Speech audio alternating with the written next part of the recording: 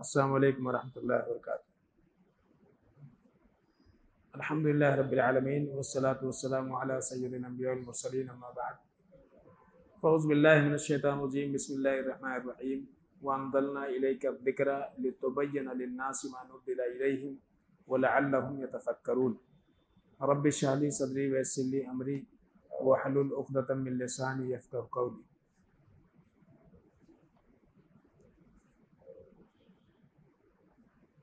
الانتصار للسنہ، سنت کا دفاع۔ اس کتاب کے درس کا آج تیسرا دن ہے۔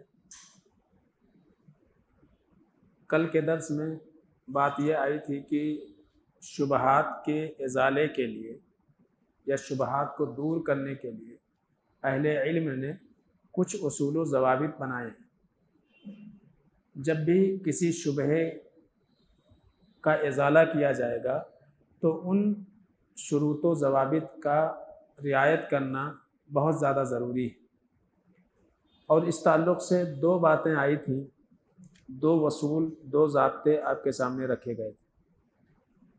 پہلی چیز تو یہ کہ جو چیز ابھی واقع ہوئی نہ ہو اس کے بارے میں گفتگو نہ کی جائے، بات چیت نہ کی جائے۔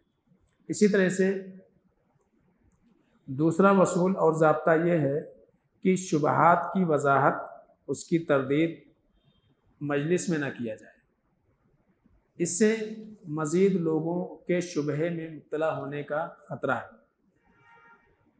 تیسرا یہ ہے کہ جب بھی کبھی شبہات کا ازالہ کیا جائے تو شبہے کا جب ذکر کریں تو ساتھ ساتھ میں فوراً ہی اس کی تردید اور اس کا جواب ہونا چاہیے۔ ایسا نہ ہو کہ آج شبہات پیش کیا گیا اور اس کے بعد پھر کسی دن اس کے جوابات دیے جائیں اور ان الزامات کی تردید کی جائے۔ ایسا کرنا صحیح نہیں۔ ممکن ہے کہ وہ شبہات لوگوں کے دلوں میں گھر کر جائیں اور پھر جوابات سے اطمینان حاصل نہ ہو۔ اس لیے ضرورت اس بات کی ہے کہ جب بھی کبھی شبہے کا ذکر ہو تو اس کے بعد فوراً ہی اس کا رد بھی ذکر کیا جائے، اس کی تردید بھی کی جائے۔ اور عام طور سے بعض اہل علم نے امام راضی رحمۃ اللہ علیہ کے اوپر نقد کرتے ہوئے کہا کہ امام راضی رحمۃ اللہ علیہ نے عام طور سے جو منہج اختیار کیا وہ یہ کہ شبہات کا تو انہوں نے ذکر کیا، لیکن شبہات کے جوابات یا اس کی تردید کرنے میں بہت تاخیر کی ہوئی ہے۔ تو یہ چیزیں صحیح نہیں ہیں۔ شبہات کے بعد ہی اس کے جوابات یا اس کی تردید ہونی چاہیے، تاکہ جو شبہہ پیدا کیا گیا یا پیدا ہوا فوراً جو ہے اس کا ازالہ ہو جائے اور ذہن صاف ہو جائے۔ اسی طرح سے چوتھا اصول یہ ہے کہ شبہات کی تردید کتاب و سنت سے کی جائے۔ محض عقلی اعتبار سے کسی شبہے کو دور کرنے کی کوشش نہ کی جائے۔ ہاں، عقلی اعتبار سے بھی دلائل دی جا سکتی ہے، لیکن زیادہ تر کوشش یہ ہونا چاہیے کہ جو شبہے ہیں اگر ان کا تعلق کتاب و سنت سے ہے، جیسے کہ منکرین حدیث ہیں، ان کا تعلق ظاہر سی بات ہے قرآن سے بھی ہے اور حدیث سے بھی ہے، تو ایسے لوگوں کا جواب خاص طور سے جواب دینے میں کتاب و سنت کا ہی سہارا لینا چاہیے۔ اور عام طور سے اہل السنہ والجماعہ کہ علماء کی خصوصیت یہ ہے کہ وہ کتاب و سنت ہی بیان کرتے ہیں۔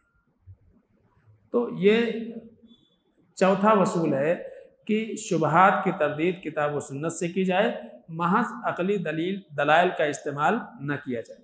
اسی طرح سے پانچواں اصول شبہات کے تئیں یہ ہے کہ سلف کا منہج یہ ہے کہ عام طور سے منہجی کتابوں کے دروس کا اہتمام کیا جائے۔ ایسی کتابیں جو منہجی ہوں، جس میں عام منہج ذکر کیا گیا ہو، چاہے وہ عقیدے کا منہج ہو یا اعمال سے متعلق منہج ہوں یا کتاب و سنت پر عمل کرنے کے طریقے کے اعتبار سے منہج ہو، منہج کی جو بھی قسم ہے، جو بھی سلف صالحین کے منہج ہیں، جس بھی معاملے میں، چاہے وہ مصدر تلقی ہو یا جو ہے منہج تلقی ہو، ہر اعتبار سے کوشش یہ کیا جائے کہ جو منہجی کتابیں ہیں جس میں عام اصول و ضابطہ بیان کیا گیا ہے سلف صالحین کا، ان کتابوں کے دروس کا اہتمام کرنا چاہیے۔ اور ساتھ ساتھ میں جب کبھی منہج کا درس ہو تو جس شبہے کا تعلق منہج کے جس حصے سے ہو، جس پہلو سے ہو، کبھی کبھی ان شبہات کا بھی ذکر کر کے اس کی تردید اور اس کا جواب بھی ذکر کر دینا چاہیے۔ تو منہجی کتابوں کا دروس ہونا چاہیے، بہت زیادہ ضروری ہے۔ اسی طرح سے چھٹا اصول یہ ہے کہ اہل بدعت اور سنت کے مخالفین سے اگر کبھی سابقہ ہو مناظرہ کرنے کا، مباحثہ کرنے کا، تو علانیہ طور پر ان کے ساتھ مناظرہ مباحثہ نہیں کرنا چاہیے کہ بھائی لوگوں کو اکٹھا کیا جائے، بھیڑ اکٹھا کیا جائے اور اس کے بعد جو ہے پھر مناظرہ اور مباحثہ کیا جائے، ایسا کرنا درست نہیں ہے۔ یہ اصول ہے سلف کا کہ اہل بدعت اور سنت کے مخالفین سے مناظرہ اور مباحثہ جہاں تک ہو سکے علانیہ نہیں کرنا چاہیے۔ اسی طرح سے ساتواں اصول یہ ہے کہ بدعت اور اہل بدعت سے دوری اختیار کرنے پر عوام کو زور دینا چاہیے۔ جو لوگ بدعت کے اندر مبتلا ہیں، بدعت اس سے پہلے بھی بات گزر چکی، بار بار جو ہے بدعت کا ذکر آتا ہے۔ بدعت سے مراد عام طور سے یہ نہیں ہے، بدعت سے مراد یہ ہے کہ بدعت سے مراد وہ تمام لوگ ہیں جو اہل السنہ والجماعہ کے منہج سے ہٹے ہوئے ہیں، وہ سارے کے سارے اہل بدعت میں آتے ہیں۔ تو اہل بدعت اور اہل باطل سے دوری اختیار کرنے پر زور دینا چاہیے، یہ منہج ہے، یہ واجب ہے، الا ہے کہ کوئی مصلحت ہو۔ مصلحت یہ ہو کہ آپ جس کو سمجھتے ہیں کہ ان کا عقیدہ باطل ہے، ان کا منہج باطل ہے، اگر وہ شخص خواہش پرستوں میں سے نہیں ہے، وہ اصلاح چاہتا ہے، تب ایسے وقت میں آپ اس کے ساتھ بیٹھیں، بحث کریں اور اس کے شبہات کے ازالہ کرنے کی کوشش کریں۔ جب اس کے واپس پلٹنے کا گمان غالب گمان ہو، تب جا کر کے مناظرہ مباحثہ میں پڑھنا چاہیے۔ لیکن جب آپ کسی سے مخاطب ہوں گے تو آپ کو اندازہ ہو جانا چاہیے کہ اس آدمی کا مقصد کیا ہے۔ اور اس سے پہلے ذکر ہوا کہ جو خواہش پرست ہوتے ہیں ان کی پہچان، ان کی علامت کیا ہے۔ جب وہ علامتیں ہم ان کے اندر دیکھ لیں تب پھر ان کے پیچھے بالکل نہیں پڑنا چاہیے اور نہ ہی اپنا وقت ان کے پیچھے برباد کرنا چاہیے۔ دوری کیوں اختیار کی جائے؟ کیونکہ جو شخص اس آدمی کے منہج سے واقف نہیں ہے، اس کے غلط افکار سے واقف نہیں ہے، جب وہ یہ دیکھے گا کہ اہل حق اس کے ساتھ اٹھتے بیٹھتے ہیں، اس کے ساتھ بات چیت کرتے ہیں، اس کے ساتھ رہتے ہیں، تو عام طور سے ایک عام انسان کو یہ گمان ہوگا کہ یہ شخص بھی حق کے اوپر ہے، یہ شخص بھی کیا ہے؟ حق کے اوپر ہے۔ اس بنیاد پر ان سے میل جول نہ خود رکھا جائے بلکہ عوام کو بھی تنبیہ کی جائے کہ ایسے لوگوں سے دوری اختیار کرنے کی تاکید کرنا چاہیے۔ اس لیے کہ کم از کم ایک عام انسان یہ سوچنے پر مجبور ہوگا کہ اگر اس کے پاس کچھ سچائی نہ ہوتی یا اس کے اندر کوئی خیر نہ ہوتا تو پھر اتنے بڑے بڑے علماء اور سنت کے جاننے والے اور اہل حق یہ اس کے ساتھ میں کیوں رہتے، اس سے میل جول کیوں رکھتے، اس سے تعلقات اپنے کیوں باقی رکھتے؟ یہ ایک عام انسان سوچنا شروع کر دے گا۔ لہذا ضرورت اس بات کی ہے کہ اس کی جڑ پہلے سے کاٹ دی جائے، اندازہ ہو کہ یہ آدمی رجوع ہو جائے گا اور اپنی اصلاح کر لے گا تو اصلاح کرنے کی کوشش کرنا چاہیے۔ لیکن جب یہ اندازہ ہو کہ یہ شخص اپنی اصلاح نہیں کرے گا بلکہ اس کا مقصد ہی لوگوں کو شبہات میں ڈالنا ہے اور اپنے جیسے غلط منہج پر لوگوں کو لانا ہے، تو ایسے لوگوں کے تعلق سے عمومی طور سے عوام کے اندر یہ چیز عام کرنی چاہیے کہ یہ شخص، اس کا منہج بگڑا ہوا ہے، یہ سلف صالحین کے منہج پر نہیں ہے، اس کا طریقہ صحیح نہیں ہے، لہذا ایسے انسان کے ساتھ میل جول، اس سے تعلقات، اس کی باتیں سننے، اس کے مجلسوں میں شرکت کرنے سے خود بھی بچنا چاہیے اور عوام کو بھی زور دینا چاہیے کہ ایسے لوگوں کی مجلسوں میں شرکت نہ کریں۔ تو یہ اصول و ضوابط تھے کچھ، یا یہ کہا جائے کہ 3 دن کا جو درس ہوا، اس میں ہم نے صاحب کتاب نے مقدمے کے طور پر یہ کچھ باتیں ذکر کی تھی. مختصر میں نے جو ہے چند باتیں جو اہم تھیں وہ آپ کے سامنے رکھی. اب یہاں سے اصل کتاب میں نے ذکر کیا تھا کہ اس کتاب کو 5 حصوں میں تقسیم کیا گیا ہے، جس میں سے پہلے حصے میں سنت کا مفہوم اور سنت کا مقام و مرتبہ کیا ہے شریعت میں، اس کا تذکرہ اس پہلے فصل میں کیا گیا ہے اور پہلے حصے میں ہے. تو سنت کیا ہے؟ عام طور سے کتاب کا نام ہی ہے الانتصار للسنہ اور موضوع ہے سنت کا دفاع. تو سنت سے مراد کیا ہے؟ سنت لغت میں طریقے کو کہتے ہیں. بہت سارے اقوال ہیں علماء کے، لیکن جو سمجھنے والی چیز ہے اتنی آپ کے سامنے رکھتا ہوں کہ سنت عام طور سے جب بات سنت کی جاتی ہے تو لغتاً اور لغت کے اعتبار سے سنت کے معنی طریقہ ہوتا ہے. اسی طرح سے محدثین جب سنت کا لفظ استعمال کرتے ہیں تو ان کی مراد یا سنت سے مقصود ہر قول، عمل یا تقریر یا صفت خلقی اور خلقی جس کی اضافت اللہ کے نبی صلی اللہ علیہ وسلم کے جانب کی گئی ہو، اس کو کہا جاتا ہے سنت. یعنی اللہ کے نبی صلی اللہ علیہ وسلم کا قول، اللہ کے نبی صلی اللہ علیہ وسلم کا عمل اور تقریر. تقریر سے مراد خطاب اور درس نہیں ہے. تقریر جب اہل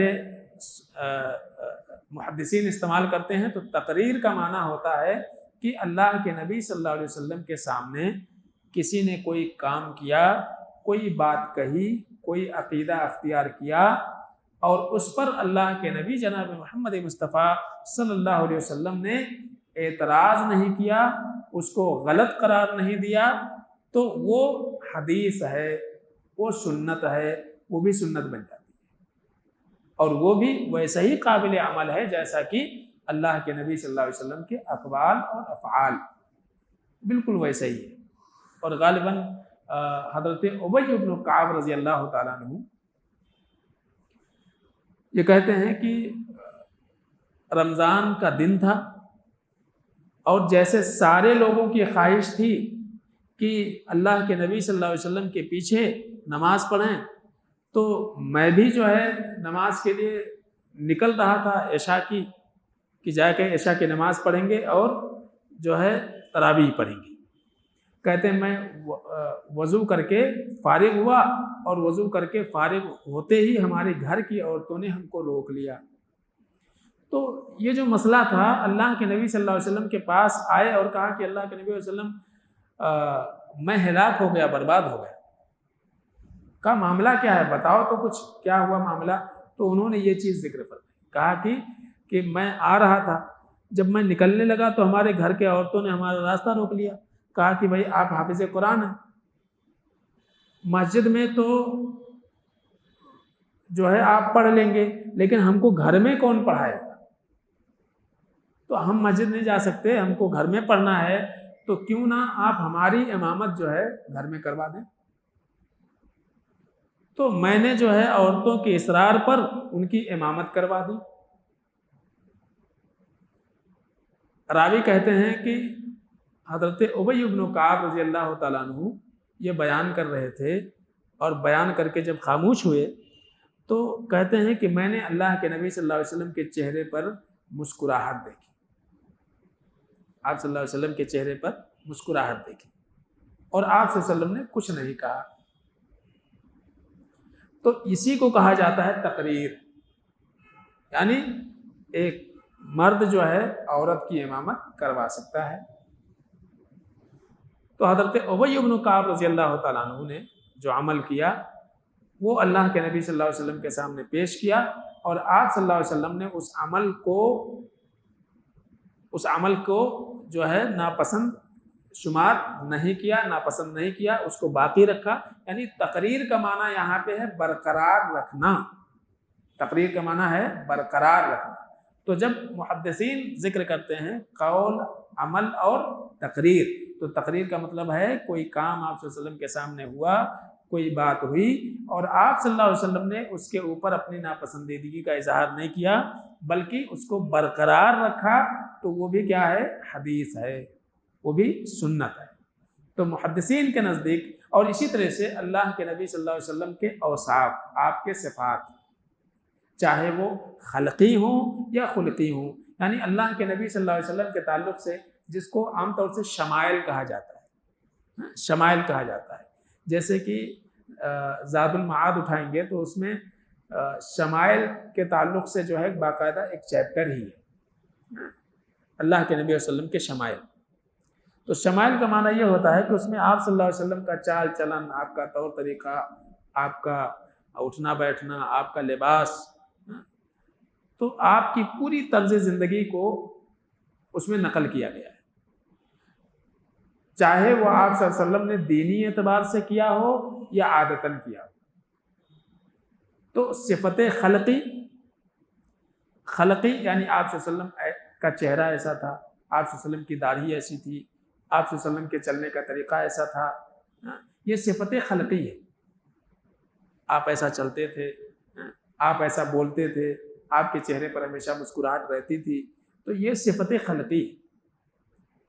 اور صفت خلقی، آپ صلی اللہ علیہ وسلم رحم دل تھے، آپ صلی اللہ علیہ وسلم بد زبان نہیں تھے، آپ صلی اللہ علیہ وسلم لوگوں کے ساتھ احسان کرتے تھے، آپ بہت نرم مزاج اور نرم دل تھے، یہ جو چیزیں ہیں صفت خلقی۔ تو آپ صلی اللہ علیہ وسلم کا قول، آپ کا فعل اور تقریر اور صفت خلقی اور صفت خلقی، یہ ساری کی ساری کیا کہلاتی ہے؟ سنت۔ یہ ساری کی ساری سنت کہلاتی ہے۔ تو محدثین کی اصطلاح میں جب سنت بولا جاتا ہے تو سنت سے تمام چیزیں مراد ہوتی ہیں۔ اسی طرح سے جو علماء اصول ہیں، جنہوں نے اصول بنایا ہے، دین سمجھنے کا اصول، جس کو کہا جائے ایک الفاظ میں اصول فقہ، دین سمجھنے کے اصول و ضوابط، جب وہ سنت کی بات کرتے ہیں یا اپنے تحریروں میں، اپنی کتابوں میں جب لفظ سنت کا ذکر کرتے ہیں تو اس سے مراد ان کی کچھ اور ہوتی ہے۔ ان سے مراد کیا ہوتی ہے؟ احکام شریعت میں سنت وہ تمام اقوال و اعمال جو واجب نہ ہو، جو واجب اور فرض نہ ہو، اس کو علماء اصول سنت کہتے ہیں۔ جیسے کہ عام طور سے ہم کہتے ہیں یہ فرض ہے، 2 رکعت فرض ہے اور 2 رکعت سنت ہے۔ تو یہ جو فرض اور سنت کی تقسیم ہے یہ فقہا کی ہے، اصول فقہ کے علماء کی ہے۔ تو یہ جو ہے جب اصولیین، علماء اصولیین یہ جب سنت کا لفظ بولتے ہیں تو ان کی مراد یہی ہوتی ہے کہ احکام شریعت میں سنت وہ تمام اقوال و اعمال جو واجب کے مقابلے میں ہو، واجب کے بالمقابل ہو، یعنی وہ فرض نہ ہو، واجب نہ ہو، جس پر عمل کرنے والا ثواب پائے اور نہ کرنے والا گناہگار نہ مانا جائے، اس کو کہا جاتا ہے سنت۔ تو فرق سمجھ میں آ گیا؟ محدثین تمام چیزوں کو سنت کہتے ہیں جو آپ صلی اللہ علیہ وسلم کے جانب منسوب ہیں، اور علماء اصول جب سنت کا لفظ بولتے ہیں تو ان کی مراد فرض کے بالمقابل جو چیز ہوتی ہے وہ سنت ہوا کرتی ہے۔ اسی طرح سے علماء اصولین کے علاوہ فقہا جو ہیں، فقہا کہتے ہیں کہ سنت وہ تمام دینی طریقہ ہے، وہ تمام دینی طریقہ ہے جو فرض اور واجب نہ ہو، یعنی اصولیین اور جو ہے فقہا دونوں کے اقوال ملتے جلتے ہیں تھوڑے سے فرق کے ساتھ۔ تو اصولین کے نزدیک کیا ہے کہ احکام شریعت میں سنت وہ تمام اقوال و اعمال ہیں جو فرض کے بالمقابل ہوں یا واجب کے بالمقابل ہوں، اور فقہا یہ کہتے ہیں کہ جب سنت بولا جاتا ہے سنت سے مراد وہ تمام دینی طریقہ ہے جو فرض اور واجب نہیں ہوتا ہے۔ اسی طرح سے بعض فقہا نے سنت کی جو تعریف کی ہے کہ ہر وہ عمل جس پر آپ صلی اللہ علیہ وسلم نے ہمیشگی برتی ہو لیکن اس کے واجب ہونے کی دلیل موجود نہ ہو تو اس کو کہا جاتا ہے سنت. ٹھیک ہے، اس کو سنت کہا جاتا ہے کہ یہ سنت ہے، یہ فرض نہیں ہے، واجب نہیں ہے. اسی طرح سے بعض فقہا نے کہا کہ سنت پر عمل کرنے والا شخص ثواب کا مستحق ہوگا اور سنت پر عمل نہ کرنے والا یہ گناہگار نہیں ہوگا. تو یہ جو سنت کا ذکر چل رہا ہے یہ فرض کے بالمقابل والی سنت کا ذکر ہے، فرض کے بالمقابل. اسی طرح سے احناف کے نزدیک، علماء احناف کے نزدیک جب وہ سنت بولتے ہیں تو ان کے یہاں سنت دو قسم کی ہے. علماء احناف کے یہاں سنت دو قسم کی ہے. ایک کا نام ہے سنن الہدا. سنن الہدا، سنن الہدا جب بولتے ہیں تو ان کا معنی وہ ہے کہ شریعت کے وہ تمام کام جس سے دین کی تکمیل ہوتی ہو وہ سنت کہلاتی ہے. جس سے دین کی تکمیل ہوتی ہو اور اس کا ترک کرنا مکروہ ہو اور اس کا چھوڑنے والا برا سمجھا جائے تو اس کو کہا جاتا ہے سنت. جیسے کہ کہتے ہیں کہ جماعت کے ساتھ نماز پڑھنا، تو اگر کوئی جماعت کے ساتھ نماز نہیں پڑھتا ہے تو یہ ایسا نہ کرنا یہ کیا ہے؟ مکروہ عمل ہے، اور ایسا نہ کرنے والا انسان برا ہے. سمجھ نا؟ تو ان کے نزدیک یہ ہوتا ہے کہ جس کی انجام دہی یہ دین کی تکمیل کی بنیاد پر ہو. اذان ہے، اقامت ہے، اور اسی طرح سے کئی چیزیں ہیں. اس لیے کہ آپ صلی اللہ علیہ وسلم نے اس کے اوپر ہمیشگی برتی ہے اور اسی کو کہا جاتا ہے سنت موقدہ. یہ علماء احناف کے نزدیک سنت کی دو قسموں میں سے ایک قسم سنن الہدا ہے. اسی طرح سے دوسری قسم ہے ان کے نزدیک سنن الزوائد. سنن الزوائد، سنن الزوائد ان کے نزدیک کیا ہے؟ ہر ایسا عمل جس کا ترک کرنا، جس کا چھوڑ دینا مکروہ نہ ہو، برا نہ ہو. ہر ایسا عمل جس کا چھوڑ دینا اور اسی طرح سے ترک کر دینا مکروہ بھی نہ ہو اور برا نہ ہو، لیکن اس عمل کا کرنے والا اگر وہ کرتا ہے تو وہ ثواب کا مستحق. لیکن اگر کوئی ترک کرتا ہے تو کوئی بری بات نہیں ہے. اس کو کہا جاتا ہے سنن الزوائد. جیسے کہ اللہ کے نبی صلی اللہ علیہ وسلم کیسا لباس پہنتے تھے، ٹھیک ہے، اب کوئی ویسا لباس پہنے، ٹھیک ہے، عمل کر رہا ہے اللہ کے نبی صلی اللہ علیہ وسلم جیسا لباس پہن کر کے. جیسے کہ حضرت عبداللہ ابن عمر رضی اللہ تعالیٰ عنہ جہاں کہیں دوران سفر اللہ کے نبی صلی اللہ علیہ وسلم قضاء حاجت کے لیے بیٹھے ہوتے، ان کو ضرورت بھی نہیں ہوتی اور اس راستے سے گزرتے تو وہاں اتر کر کے بیٹھ جایا کرتے تھے. تو یہ ایسی چیزیں ہیں کہ اگر کوئی کرے تو سنت یا اللہ کے نبی صلی اللہ علیہ وسلم کی اتباع کرنے کی وجہ سے اجر کا مستحق ہوگا، اور کوئی نہیں کرتا ہے تو اس کے اوپر کوئی وبال نہیں ہے.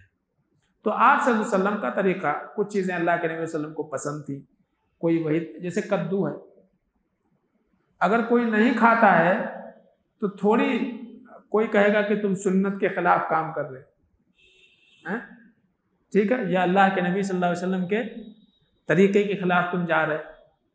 تو عام طور سے یہ جو تقسیم کی گئی ہے بہت زیادہ ضروری، اصول فقہ جو ہے بہت زیادہ ضروری ہے. ایسا کوئی نہیں کہہ سکتا. اب اللہ کے نبی صلی اللہ علیہ وسلم، یعنی صحابی کہتے ہیں کہ دعوت جب میں نے لی تو اللہ کے نبی صلی اللہ علیہ وسلم کے ہاتھ کو میں نے دیکھا کہ برتن میں چکر لگا رہے ہیں کہ آپ کدو کا ٹکڑا تلاش کر رہے تھے. راوی کہتے ہیں کہ اس کے بعد سے کدو جو ہے مجھے بہت زیادہ ناپسند تھا، میرا پسندیدہ غذا بن گیا. تو اب کوئی شخص اگر کسی کو پسند نہیں کدو تو کوئی تیسرا شخص نہیں کہہ سکتا کہ بھائی تو سنت کا منکر ہے، تو اللہ کے نبی صلی اللہ علیہ وسلم کے سنت کا انکار کر رہا ہے یا آپ صلی اللہ علیہ وسلم کے سنت کی مخالفت کر رہا ہے. اسی لیے اس کو سنن الزوائد میں شمار کیا کہ آپ صلی اللہ علیہ وسلم کچھ چیزیں، اب جیسے کہ آپ کے سامنے زب صحابہ نے کھایا لیکن آپ صلی اللہ علیہ وسلم نے نہیں کھایا. کچا لہسن ہم بھی کھاتے ہیں، آپ بھی کھاتے ہیں، سمجھ رہے؟ لیکن اللہ کے نبی صلی اللہ علیہ وسلم کے نزدیک کیا تھا؟ وہ آپ نہیں کھاتے تھے۔ تو اس کا مطلب یہ نہیں کہ لہسن کھانے والا آپ صلی اللہ علیہ وسلم کے سنت کا منکر ہے یا مخالف ہے، یا آپ صلی اللہ علیہ وسلم کے طریقے پر عمل نہیں کر رہا ہے۔ کوئی نہیں کہہ سکتا کہ تم اللہ کے نبی صلی اللہ علیہ وسلم کے سنت کے خلاف کام کر رہے ہیں، آپ کے طریقے کے خلاف کام کر رہے ہیں، ایسا نہیں کہہ سکتے۔ تو اسی لیے یہ سنن الزوائد کے اندر شمار کیا گیا۔ تو سنت دو قسم کی ہوتی ہے، عام طور سے سمجھنا ضروری ہے کہ بھائی کون سی سنت ہے، اس پر کون سا حکم لگے گا۔ کوئی شخص اگر کوئی ایسا عمل کر رہا ہے تو بہت زیادہ ضروری ہے کہ اس عمل کو سب سے پہلے پہچانیں گے اصول کی روشنی میں۔ اہل علم نے جو اصول و ضابطہ بنائے ہیں کہ ہم کون سی آیت کو، کون سی حدیث کو کس حکم میں لیں گے، یہ واجب ہے، فرض ہے، مندوب ہے، مستحب ہے، نفل ہے، کیا مانیں گے؟ بہت سارے قسمیں ہیں۔ تو اسی لیے یہ کہتے ہیں کہ جیسے کہ آپ صلی اللہ علیہ وسلم کا لباس، آپ کا چال چلن، آپ کا اٹھنا بیٹھنا، آپ کا کھانا پینا، یہ ساری کی ساری چیزیں کیا ہیں؟ سنن الزوائد ہیں۔ کوئی شخص اگر اس پر عمل کرتا ہے تو اجر کا مستحق ہے، کوئی عمل نہیں کرتا ہے تو اس کے اوپر کوئی گناہ نہیں ہے۔ اسی طرح سے مالکیہ کے نزدیک امام مالک رحمۃ اللہ علیہ اور جو مالکی منہج سے منسلک علماء ہیں، مسلک کے علماء ہیں، ان کے نزدیک جب سنت بولا جاتا ہے تو سنت سے مراد ان کی وہ ہوتی ہے ہر وہ عمل جس پر آپ صلی اللہ علیہ وسلم نے ہمیشگی برتی ہے اور جس کی ترغیب دی ہے، جس پر ہمیشگی آپ نے برتی ہے اور جس کی ترغیب دی ہے، اور اس کو اللہ کے نبی صلی اللہ علیہ وسلم نے ترک نہیں کیا ہے، چھوڑا نہیں ہے، تو وہ جو ہے سنت کہلائے گی۔ اور اسی طرح سے اور جو چیز آپ صلی اللہ علیہ وسلم نے کبھی کی ہے اور کبھی نہیں کی ہے اور اس کی ترغیب بھی اللہ کے نبی صلی اللہ علیہ وسلم نے نہیں دی ہے لیکن آپ نے کیا ہے اور چھوڑا بھی ہے، تو اس کو ہم نفل کہیں گے، سنت نہیں کہیں گے۔ تو گویا کہ مالکی علماء کے نزدیک سنت کی دو قسمیں بن گئیں، ایک جو ہے عام سنت، ان کے ہاں ایک نام ہے، اس کا نام ہے رغیبہ، ایک رغیبہ ہے اور دوسرے نفل ہے۔ رغیبہ وہ جو آپ صلی اللہ علیہ وسلم نے عمل کیا، مداومت برتی، ترغیب دی، تو وہ رغیبہ کہلاتا ہے۔ اور دوسرا جو ہے جس کو آپ صلی اللہ علیہ وسلم نے کبھی کیا اور کبھی نہیں کیا لیکن ترغیب نہیں دلائی، تو وہ ان کے یہاں نفل کہلاتی ہے۔ تو یہ سنت کی مختلف تعریفیں اہل علم کے نزدیک ہیں۔ بہرحال جمہور کے نزدیک، جمہور کا حکم کیا ہے؟ جمہور کہتے ہیں کہ سنت کا مسلسل تارک، سنت کا مسلسل تارک ایسا انسان برا انسان ہے، اور یہ ایسا انسان ہے کہ اس کی گواہی قبول نہ کی جائے۔ یعنی جمہور کے نزدیک سنت پر عمل کرنا بہتر ہے، سنت کو ترک نہیں کیا جا سکتا ہے۔ اگر کوئی عادت بنا لیتا ہے سنت ترک کرنے کا تو پھر ایسا انسان برا انسان ہے۔ جیسے کہ بعض اہل علم نے کہا کہ وتر کی نماز ہے مثلا، اگر کوئی وتر کی نماز کو ہلکا سمجھتے ہوئے اور مسلسل وتر کی نماز نہیں پڑھتا ہے، اس کو چھوڑتا ہے، تو یہ شریعت کی نگاہ میں ایک برا انسان ہے، اور اگر اسلامی حکومت ہو اور اس کی کہیں گواہی لی جائے تو شریعت میں اس کی گواہی قابل قبول نہیں ہوگی، اس کی گواہی رد کر دی جائے گی۔ تو یہ ہو گیا سنت کی تعریف، اور اسی طرح سے مختلف علماء نے جو سنت کی بات کہی ہے تو یہ اس لیے بیان کیا گیا تاکہ جب ابھی شبہات کا جب ذکر آئے گا تو یہ چیز کلیئر رہے کہ بھائی سنت ان سارے معنی میں آتا ہے، تو تمام چیزیں جو ہے وہ اس ضمن میں داخل ہیں، اس لیے کہ شبہات مختلف قسم کی آئیں گی۔ تو اس لیے جو ہے سنت کس کو کہا جاتا ہے، اس کی لغوی تعریف کیا ہے، اور جو ہے محدثین کے نزدیک، اصولیین کے نزدیک، فقہا کے نزدیک اور مختلف مسلک کے علماء کے نزدیک سنت کن کن چیزوں پر بولا جاتا ہے، یہ ہمارے سامنے واضح ہو گیا۔ اور خاص طور سے جمہور علماء کا موقف واضح ہو گیا کہ جمہور علماء کہتے ہیں کہ مسلسل جو ہے سنت کو ترک نہیں کیا جا سکتا ہے، ہاں اگر کبھی کوئی شرعی عذر ہے، بہت زیادہ ضروری ہے، تو سنت آپ چھوڑ سکتے ہیں، ورنہ سنت کا اہتمام ضرور کرنا چاہیے۔ آگے بڑھیں گے انشاءاللہ کہ کہ سنت کی فضیلت کیا ہے، اس کی عظمت کیا ہے، اور اس کے بعد پھر آگے انشاءاللہ شبہات کا تذکرہ آئے گا۔ اللہ سے دعا ہے کہ العالمین ہم سب کو حق سمجھنے عمل کرنے کی توفیق عطا فرمائے، آمین۔